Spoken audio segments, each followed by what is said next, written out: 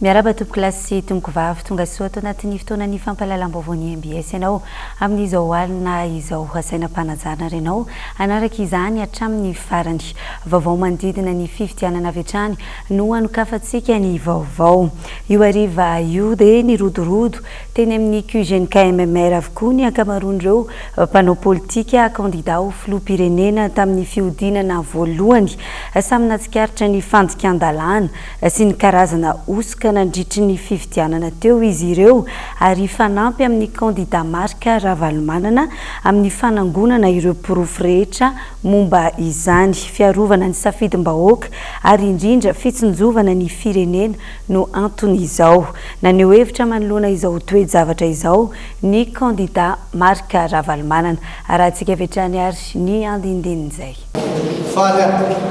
tena faly aho amin'izao fotoana izao miaraka aminareo maniriva olany dia niaraka tamin'ny lehibe sy maro toetra tsy dia hita loatra ianareo izay nanona sy lehibena antoko politika tonga teto fa izao no fotoana ahafahantsika miona sy miresaka dia izay ny anazy hoe anoano ka dia nitsokoko eto ny antsokanareo ary indrindra ny ampahatariko anareo dia zao hoe misaotra indrindra fa vitasoa tsara ny fifidianana ary efa hitanao tsara ny fisaotra teto ny anankiray voalohany tiako marihana aloha dia ny fionako taminao ilay communauté internationale toy ny PNUD sy ny African Union sy ireo le miasa miaraka amintsika ireo sy ny SADC ny zavatra tsapana amin'ireo dia hoe to mizotra tsara amin'ny tokony heverana azy ny fifidianana zay ny amfandrasany azy fa ny fahitana azy kosa nefa tsy zay zay no mafisiko hoe ny zavatra tena natonga ny teny sy nanambara dia satria ny eo amin'ny gouvernement zay misy ny ministre de l'intérieur dia tsy nijanona tamin'ny hoe neutralité fa kosa hita hoe tena mitongilana na amin'ny vahana loatra ny fifanandronamo dia nazavaiko tamin'ny tsoa reo lay bulletin paritaka vieritra paritaka zay hita zao fa hoe misy vahana misy hitaka misy mitoro taminay dia gaga tokoa zay tena nisy zany nampahafantarina tsoa hoe tena nisy reo le chef district zay samy joro ny vavolombelona samy joro ny vavolombelona hoe nahazo pression ary nahazo vonona midika zany gadrany sako tamin'ny teny amin'ny débat fa tena misy le izy ka ty mpahafantatra ny tsika rehetra hoe ny fijery any dia hoe tonzotra tokony izy fa fahita ty ambadika tsy ohatran'izay indrindra moa tamin'ny andro zay nanao ny fifidianana omaly dia samy nahita daholo rehetra reny herisetra na violence reny misy ao amin'le sary eo ao amikoa sary zay solombavambahoaka nitariky renyle tomobile misy reny sary reny sary reny zay tokony tsiloha ndraiky mihitsy zany tsilohatony ianareo hoe tongetosika ty isaotranareo ary dia ankasitraka ny fihetsika tamin'ny fiarahana ny asa fa koa tena zava-dehibe ny fampahafantarana zavatra misy dia anjavatsika zany no mieritreritra koa ny toerana misy atsika any hoe mahita koa zany zao zavatra misy mahita ny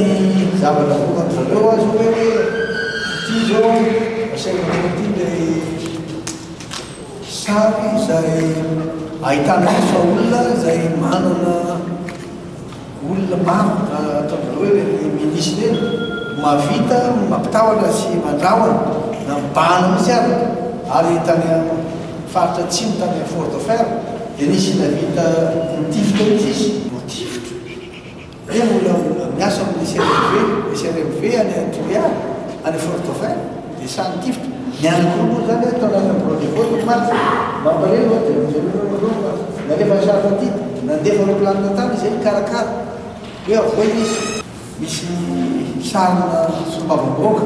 zay mitariky andreo olon'ireo hiditra ny anatina projet vote na hiditra ny anatina zay tokony tsy atao mihitsy zany satria manjary terina le violence zay raha izao kosa misy tena tsy mety satria tsy afaka angina amin'ny avitra zao ny valim-pifidianana tompokoa valim-pifidianana ny mpanao gazety raha ohatra ka zotra tsara raha tena miverina azy tamin'ny fomba démocratique nanaraka tsara le processus démocratique ny fifidianana tena tsisy mandà fa raha ohatra kosa zavatra alatra miaraka amin'ilay hoe bulletin tsy izy reny bulletin unique izay tena sesika fotsiny précoce reny manasa tanana amin'izay satria misy manano dia ao tena tsy hita mihitsy afana azy zao zany olona mitebiteby be manahy be ny any satria na le zavatra apetraka eny amin'ny tableau na eny amin'ny afisy dia tena hoe dia tena aizana izy tokony apetraka mazavatsara zay le samy tamin'ny dantreo hoe maninona moa le valim-pifidianana reny raha apetraka isaky numéro de vote numéro amin'ny bureau de vote miaraka amin'ny toerana nazahoana ny fampiaseny zany nazahoana azy dia amin'izay fantany hoe ity zany tany Toliara ity zany tena Antananarivo ity zany tany districtna Mamo zay tokony izahantsika izay tena mba hatsara zavatra maninona no miteny zany aminareo eto satria tena tia hita ty firenena ity anaraka tsara zany hoe lalàna vahoaka eto any tena tia hita ty firenena ity tena iotra indray sy iova indray amin'izay tsy nety tsy ady lalàna tonalazy ka zay zany toko mahatihana kely aminareo eto hoe nisy tokoa reo tena fandikan-dalàna zay tsy fanamefy mihitsiny amin'ireo izay voalaza amin'ny lalàm-pifidianana tsy mbola mijanona ihany hatramin'izao ny alatra behivavy amin'ny fanodikodonana voka-pifidianana ataon'ny kandida mifanandrina amin'ny kandida Marika Ravalomanana raha efa maro ny tratra omaly sy ny tao alohan'ny fandatsam-bato toy ny kara-pifidianana osika sy ny bileta tokana efa voamarika misy indray amin'izao zany ny fampiasana doublon ana PV raha ny vaovao voaray teny amin'ny QG Belair io maraina io. Jessica Miray sy Manora Andrimalala. Tsy mijanona mihitsy amin'izao ny fahenonany alatra ataon'ny kandida laharana 17 anodikodinana voka-pifidianana. Raha efa maro ny tratra tao aloha sy nandritra ny fifidianana omaly iny toy ny fampiasana kara-pifidianana an'olona sy kara-panondro osika fa teo ihany koa ny fivarotana bulletin unique efa misy marika amin'ny laharana 17 dia izao doublon na PV izao indray no ampiasaina. Na izany aza miantso amin'ny fitoniana trano ny kandida Marika Ravalomanana. Zao zany zavatra misy nareo tsy atao tompo-trano mihitsy fa ny antsika zavatra tsy maintsy ny transparence ihany fa mahavita bulletin hafa izy zay nresahany tabera teo mahavita procès verbal hafa indray dia nandefa le troupy ohatran'ireny nataony Rosy teto Antananarivo nampiroro reny zay nanakana ny olona tsy fidy dia zay nampiova koa ny taremarika tany faritra farafangana dia zay zany zavatra misy amin'izao fotoana zao iresaka fa nandray ny PNUD teo na responsable zareo amin'ny Nations Unies dia izy moa manafatra trano hoe oka reny nareo mba hiazona tsara ny le hoe tsisy violence. Tsy ny andany tamin'ny kandidana na izana izy Tabera Randriamanantsoa kandida tamin'ny fiodinana voalohany saingy nahatsapany alatra behivavy ataon'ny kandida laharana 17 ny tenany ka manambara marin-drano. Ny zavatra resako ane dia nitovy tamin'ny premier tour ihany fa tamin'ity moa olo anankiroa dia tena hita daholo le fangalaran'ny ny ekipany Ian Razoely miaraka amin'ny fitondram-panjakana zay miaraka aminy zay zao dia mahazo telefona isanandro satria amin'ny siège ao foana zay amin'ny siège keria amin'ity zany dia mbola mandeha le doublon le PV original doublon ary misy andian'olo zany nofanina mandeha amin'ny brosing zany manao oro misy zay fidy fa fantany fa tsy fidany président Ravalomanana dia ampitahorina dia mandositra daholo nasa egny dia zay no mahatonga ny taux de participation ambany be satria efa nomanina zareo angamba misy groupe tena be dia be partout eran'ny Madagasikara zany efa nomanina reny député mapara reny angamba no midirige azy zay ny résultat azo na dia zany aza fa mino fa ny renseignement henoko partout satria zay manana antenne CRN reny dia azony ravalomanana ihany io azony ravalomanana ny fifidanana zany raha tena raha sy miova avy aty amin'ny seny raha sy miova avy amin'ny seny raha nyrezele vokatra azonay zany ao amin'ny kizenay dia faninana ihany io sy de misy elagnelany firy erany Madagasikara raha araky ny antenne anay satria zay sirène manana jusqu'à amin'ny commune jusqu'à amin'ny district de fandray am'ireny zany zay isan'andro de mbola mitovy ihany tena doublon carte d'identité doublon carte de électeur doublon PV original doublon zay zany tena hita izany ve ho atao andianana amin'ny élection présidentielle zay olo hitondra alatra ohatran'izany sy mendrika ny Madagasikara zany zay ny mahatonga anay miteny foana fa rehefa miteny moa zay de sy mety raha ohatra ka ho filoha-pirenena anao de efa mangalatra de angalatra koa zany anao ny arena-pirenena satria ny tongavanao teo zany alatra zay tsy mbola mijanona treo araka izany ny fanaraha-maso ataon'ny olom-pirenena fa mila miandratra amin'ny famoahany HCC ny voka-pifidianana ofisialy aoka ihany koa isika tsy ionona fotsiny amin'ny raha matahora ataony andian'olona sasany fa mila mijoro amin'ny fahamarinana trany amin'ny maha-ministra niady tany azy sy prime ministre teo alohan'ny tenany kosa dia nitondra fanazavana misimisy kokoa momba ny osika isan-karazany izay mitrangana andritry ny fifidianana fiodinana faharoa maly Andriamatoa Olivier Mahafaly ndeha aro rahantsika avy hatrany ny vaovao mahakasika izay zany hoe araka tokony izy zany tokony anana copie zany ny délégué bureau de vote ny candidat tsirairay avy zay ihany zany no ahafahana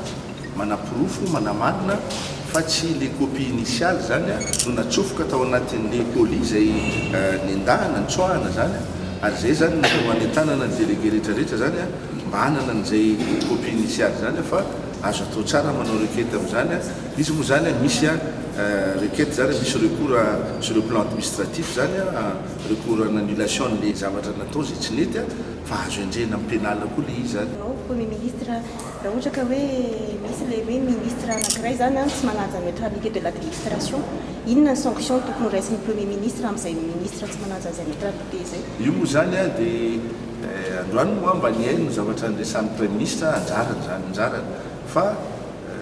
ny zavatra mahagaga fotsiny tamin'ny premier tour tena ndradradraina mihitsy hoe neutralité ary za zao aza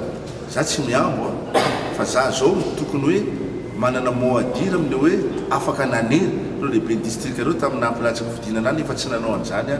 satria nanaja zay teniny avy amin'ny lehibe gouvernement avy misy natany fa hoe tsy maintsy ajaina zany tsy fitondolanana zany ka raha misy zany zavatra tsy azo atao zany ary endolona lana fa ilaina le profo izy moa tena hoe tsy nanao an'izany ilaina le profo raha misy zany dia azo atao tsara zany ny manenjika an'izany misy mesure moa misy ny mesure disciplinaire moa fanalana iny tsy anjarako iny fa anjarany filoham-panjakana zany sy ny prime ministre fa azo atao koa zany raha ohatra ka voaporofo le izy azo atao koa fanenjehana amin'ny lalàna zany pénal koa zany ny zavatra raha ohatran'izany raha misy zany fa tena tsy azo atao le izy ary tokony ajaina ny fahalalana indrindra ny fanajana ny neutralité ny administration zany ho an'ireo sy tena mpanjakana tsy lefitra manoloana ny tsy fanarahan-dalàna niseho mialoha sy nandritry ny fifidianana teo iny ny eo anivo ny K25 izay manohana ny candidat marika Ravalomanana ananan'izy ireo pirofo avokoa ireo karazana fioaram-pefy sy ny karazana herisetra nahazo ireo mpikambana ao aminy izay namoizana ain'olona mihitsy azy miantso ny olom-pirenena sy ireo solontenany candidat teny anivo ny birao fandatsaham-bato mba hametraka fitoriana raha nahita ny tsy fandikan-dalàna mikasika iny fifidianana fiodinana faharoa iny Edena Elia sy Manorandriamalala no mitatitra ny vaovao Ivoaka amin'ny fahanginany manomboka eto ny eo anivo ny K25 manoloana ireo endrika tsy fanarahan-dalàna sy fioaram-pefy tao anatin'ity fifidianana ity tao ny fampiasana fitaovam-panjakana ny fandrangitana adi-boko amin'ny alalan'ny fampitam-baovao ny fanjavonana na tsy fahampiny ny bileta tokana tany amin'ireo birao fandatsaham-bato maro ny fampiasana kara-panondrosoka sy ny kara-pifidianana ny fidiran'ny solom-bavim-bahoaka mapara amin'ny fanakorontanana sy fampiasana fitaovam-piadiana mandritra ny fifidianana ary ny goavana dia ny fikasihan-tanana sy famonoana ireo mpikambana ao amin'ny K25 nahiditsika tamin'ny fotoam-pifidianana nisy député nitondra gros bras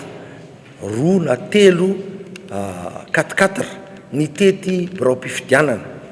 ny tany morondava dia sady mikasy tanana no manao fampiororona ny olona mba tsy voky ny trano andeha hifidy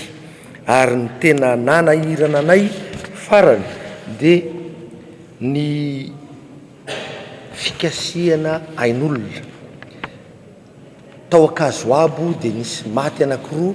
ny mpikambana amin'ny K25 izay nandeha namonjy ny adidiny amin'ny mahamambrany birao-pifidianana azy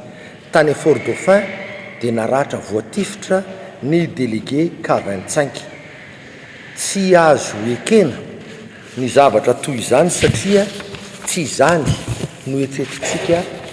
hitondrana ny firenena. Manoloana izany dia miantso ny olom-pirenena rehetra tsy ankanavaka izay nifidy ny candidat Marc Ravalomanana tsy tazapotsiny ireny fandikan-dalàna avolenta ireny fa hiaro ny safidiny ka ametraka fitoriana eny anivo ny fitsarana avy momba ny lalam-pandrenana.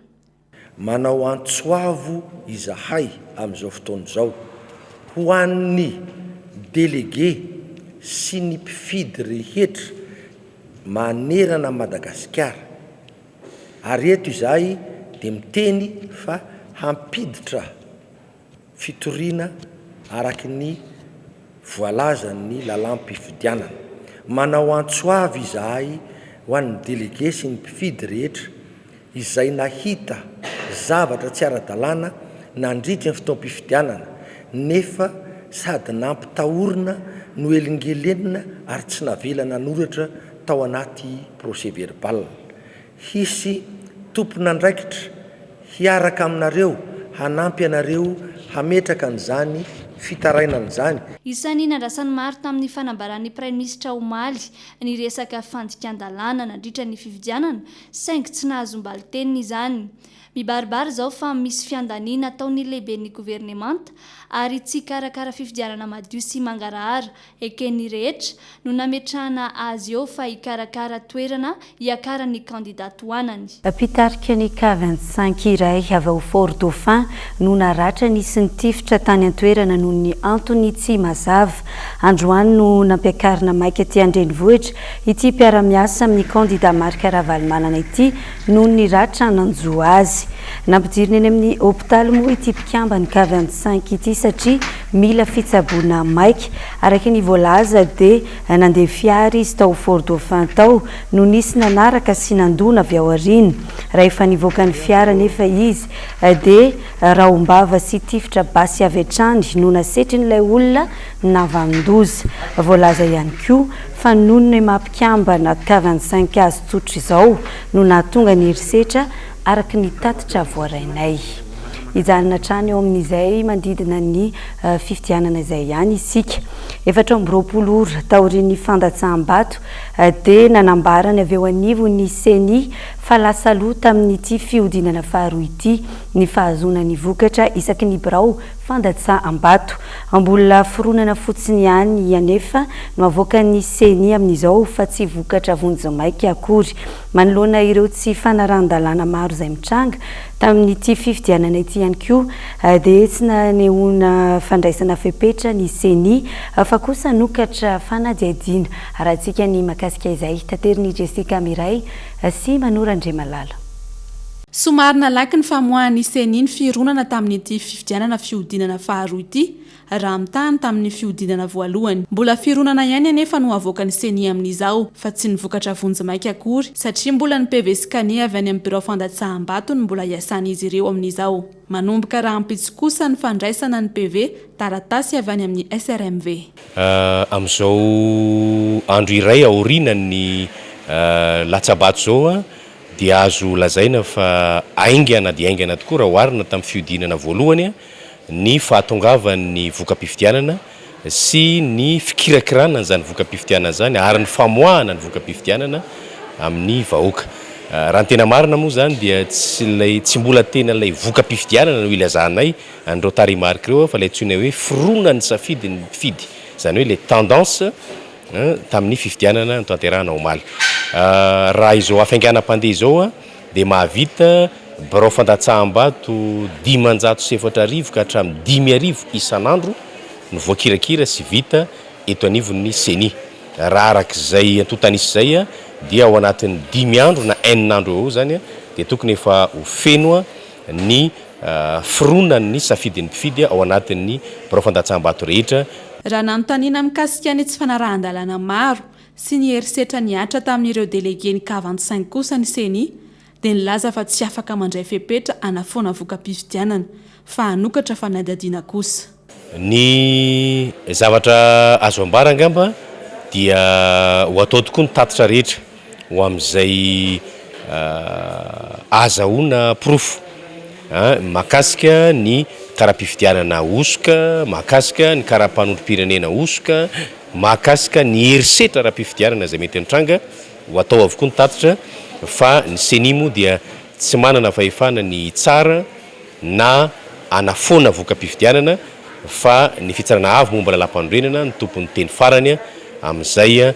mety ho fitoriana na filazana ny zavatra tsy nety ataon'ny sehatra rehetra ka manana zoanao an'izany avokoa na ny olon-tsotra na ny kandida na ny délégué ny kandida na ny seni. Fa nandritra ny fandatsaham-bato omaly ihany koa dia nisy fikambanana vahiny exit poll nanao sondage tany amin'ny birao mpifidianana sasantsasany teto amin'ny nosy nefa tsy nahazo alalana avy amin'ny seni hanao ny sondage sy amoaka ny vokatry ny sondage. Milaza araka izany ny seni fa andray fepetra entitra manoloana ity resaka sondage ity. Tsy neken'ny seni no ny lafiny maro. Voalohany ny lalàna mihitsy satria ny lalàna dia milaza fa foto-kevitra dehibe tsy maintsy ampiarina amin'ny fifidianana eto Madagasikara ny hoe vote secret, izany hoe latsabato miafina. Ka ny fanontanianao sy ny fanerenao ny olona amoaka aminao ny safidiny dia efa tsy fanajana n'ilay antsoina hoe vote secret. Lalàna io zany. Ny toe-tsain'ny malagasy ihany koa dia mbola tsy voaomana sy tsy nahazo fanabeazana sy fampahafantarana momba an'izany. Zay ny nahatonga ny hoe betsaka ny olona nampiasain'ireo fikambanana vahiny io ny saika no vonoin'ny olona tany amin'ny faritra maro rehefa nanao an'izay sondage zay. Ka ny seni zany dia milaza etona fa andrainy ndraiky. Ampatsiahivina hatrany isika fa tsy mbola vokatra vonjimaika akory no avoaka ny seni amin'izao ity fa fironana fotsiny ihany. Vinavinaina ivoaka alohan'ny faran'ny taona kosa ny vokatra vonjimaika avy amin'ny seni. No amafisina ihany koa ny fitandronan'ny filaminana tesy amin'ny kianja mitafy ny Mahamasina nanomboka omaly izay toerana hitobian'ireo PV avy any amin'ny birao fandatsaham-bato manerana n'Antananarivo renivohitra. Voarantsika avy hatrany ny fanadihadiana.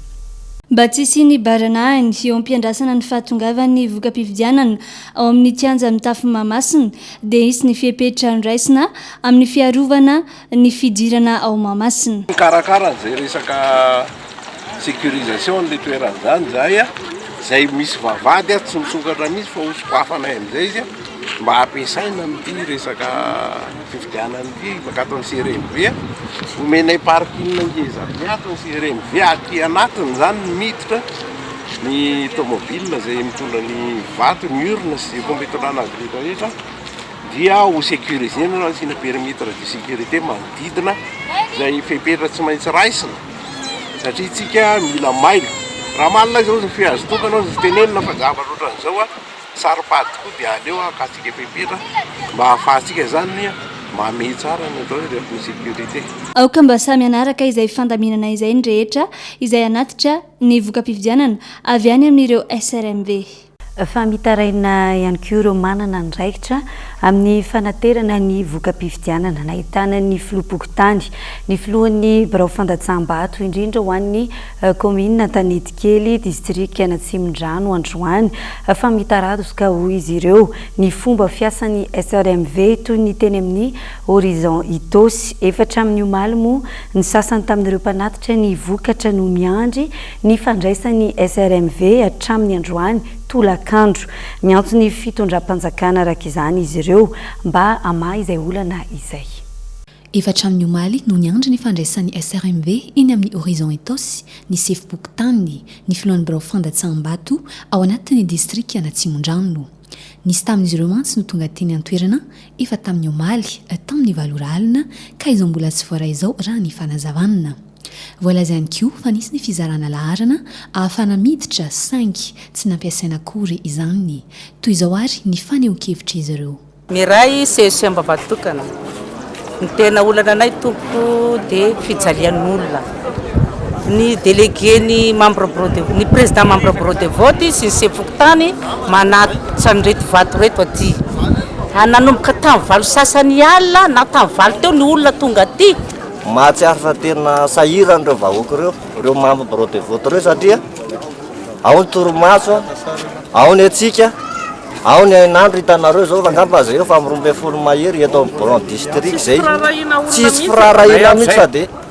zao mahazo anay eto ny tena zavatra tsapanay nefany a dia na dia solopaladi tonga aty ara tompo dia tena nitratena kely dia kely mihitsy ary zao zay tonga aty hatramin'izao dia mbola eto ary zay dia mahatsapa hoe le fomba fiasan'le senita zany dia hoe tena za zany tena te ilaza mihitsy hoe tena tsy hainy ve mandamina le zavatra ataony baiboly aloha dia milaza hoe fahaizana mandamina no hitana miady monsieur Arsi dia chef tany akansambatra commune Andranona ohatra zay moa isan'ny commune akaiky indrindra ty amin'ity CRMV aty Atsimondrano ty efa omaly alina tamin'ny valo sasany zay ny tonga teto a sisa ny fandaminana mifandraisana an'ireo le valim-pifidianana entin'ireo bureau de vote sy ny chef tany isan'isany chef tany eo ambola tokana avy amin'ny commune Mbatawalo aty district tany Atsimondrano izy zahay a dia ny atao tompokatranonay tokoa tamin'ny tamin'ny dimy ary sakafo fotsy mandaloha tao an-trano tonga teto zay tamin'ny efatra maraina satria zay sy nialanina be satria ny darana ponty mampatahotra tena anatra ray izany zandaro chef tany avy tany etikely commune tany etikely district ny Atsimondrano efa tamin'ny raiky amby folo zay ny tonga teto tamin'ny raiky amby folo alina hatramin'izao mbola eto foana tsy fantatra zay fomba fiasan'ny seni moa na manahoana fa zay zany dia tena mahatsiaro mihitsy fa hoe tena mahatsiaro sahirana mihitsy zay remarque hita zany tokoa mahatsikaritra zay tamin'ny premier tour raha nandeha ny fiodinana voalohany a mitohatra ambany lamma ihany le fisotron'le fifidianana dia zavatra misy anefany a rehefa nandeha le deuxième tour dia tena ohatrany tena miraikitra be tena ela be zany leo amin'ny fifandraisana tsy azy hoe inona ny tena mahatonga an'izany hoe misy zavatra fa zay sa hoe nefa mangataka ny fitondram-panjakana raka izany izy ireo mba hijery akaiky izao olana mitranga izao miantsony eo anivon'ny seni na ny vaomerany nasionaly mahaleo tena misana ny fividianana ihany koa izy ireo mba hanafaingana ny asa amin'ny fanangonana sy ny famoaham-bato marina moa fa latabatra misaroa no ampiasaina eo anivon'ny SRMV andraisana ny vokatra ka tokony ampiana isio raha ny voalaza mba hanafaingana ny asa ngamba atao hoe maso miara mahitsika rehetra anony etaetatsika eo amin'ny fitondram-panjakana mba hijery akaiky zany satria mahatsiaro tena hoe nikipotsy mbola mosina mahatsiaronao reo nefa le vato tsy azo ilozana dia tokony mba hojerena akaiky zany reo vahoaka reo ka dia zay dia mitako hoe mba andro ny fivoarana tokoa so araka ny tenin'le rahalanaka reto a ilaina mihitsy any ny fanavozana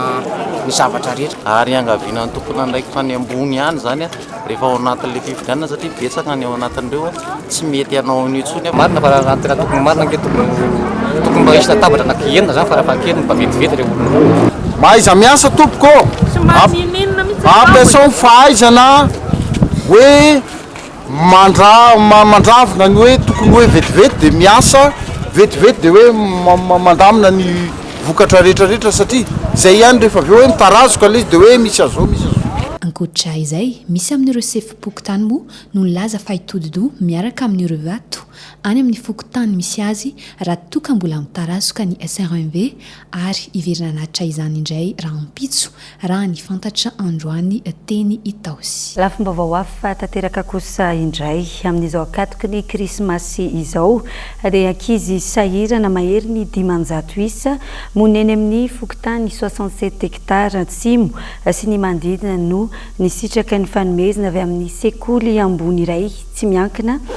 fizarana fanomezana izay tafiditra indrindra ao anatin'ny hetsika sosialy karakarain'ireo mpianatra taona voalohany eo amin'io sekoly io. Noro fitiavana sy Princy no mitatitra ny vaovao. ankizy sahirana ara-pivelomana mahiriny dimanjato isa avy eny anivo ny fokotany 7 hektara atsimo sy ny manodidina toy ny eny andotapenaka antetezana no isitraka ny fanomezana avy amin'ny sekoly tsy miankina iray eto andrenivohitra ny farany herinandro izao ohatra amin'izany ny kilalao eo koa ny fizarana toana ara-tsakafo amalifaliana azy ireo amin'izao akatoko ny fetiny noely izao marina fa ireo ankizy efatra hatramin'ny 10 taona no mahazo io fanomezana io izay karakarainy ny mpianatra taona voalohany ao amin'ny sekoly amboly tsy miankina iray. Tsy izay karakarainay moa zany dia ho an'ny ankizy sahirana misy dimanjato eto anivon'ny fokotany izay misy an'izy ity ampitetezana voany voalohany sy andotam-penaka faharoa. Ho anay ilainy izay vao samy manao fahazay tena eto hoe raha kolotsaina misy tima manokana io zavatra lely miaraka manao asa sosialy satria atovatovana ato izany hoe tsy vitany manderery fa tsy maintsy mijery any manodidina sy ohatr'izany ihany koa. Tanjona ao anatin'izany moa ny ampianarana sady ny mpianatra iny amin'ny sekoly amboniny mba hay hanome lanja sy hanao zava-dehibe ny asa sosialy ho fampandrosoana ny fiarahamonina. Eo koa ny amerenana indray ny fifaneraserana eo amin'ity sekoly ambony ity sy ny mpanao gazety. Ankoatra ity hetsika antsoina hoe mizara hafaliana izay izarana fanomezana ho an'ny ankizy madinika.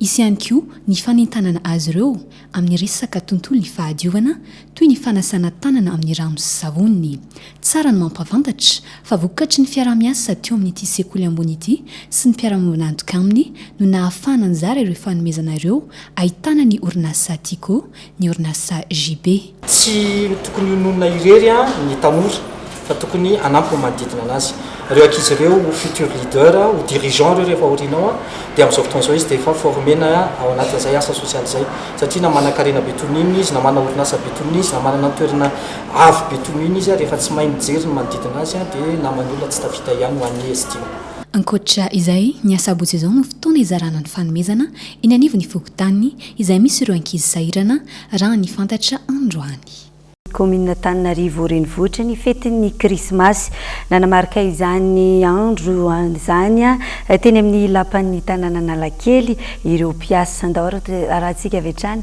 ny vaovao tateriny Rina Rabemananjara. Tsy diso anjara tamin'ny fanamariana ny krismasy ny mpiasan'ny commune Antananarivo renivohitra androany tetsy amin'ny lapan'ny tanàna Analakely izay nanasongadinana ny krismasy mpandresena. Nambarany lefitra voalohany ny ben'ny tanàna Olivier Andrenarso fa sady mamelona ny fanahy ny krismasy no ahitana hetsika isan-karazany ihany koa. Tsy entavalo letsika eto fa ifaly sy amin'ny eto neto mpanakanto reto fa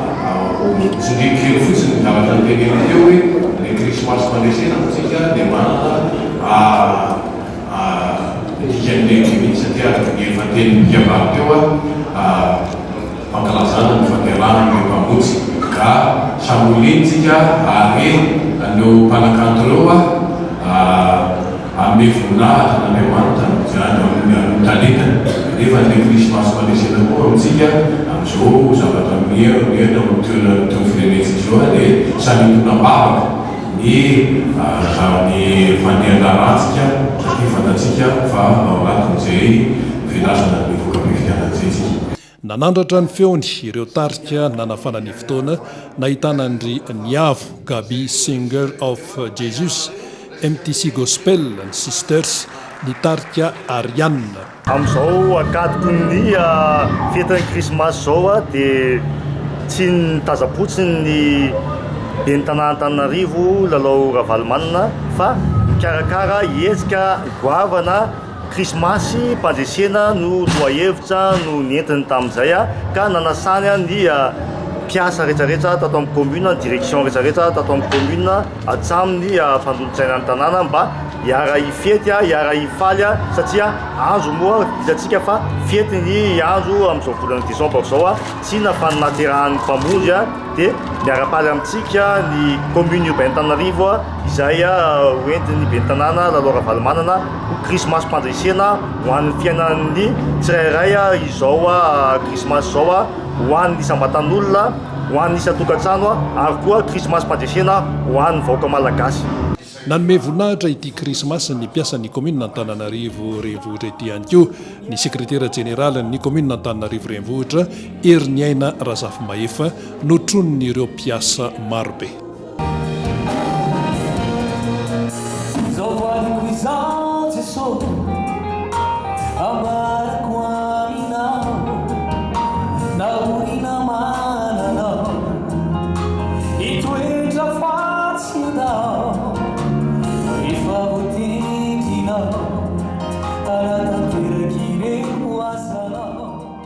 dia izay ihany koa no entina mamarana ny vaovao amin'izao alina izao. Ankasitrana tomboky lasy tomboko vavy ny fanarano izany hatramin'ny farany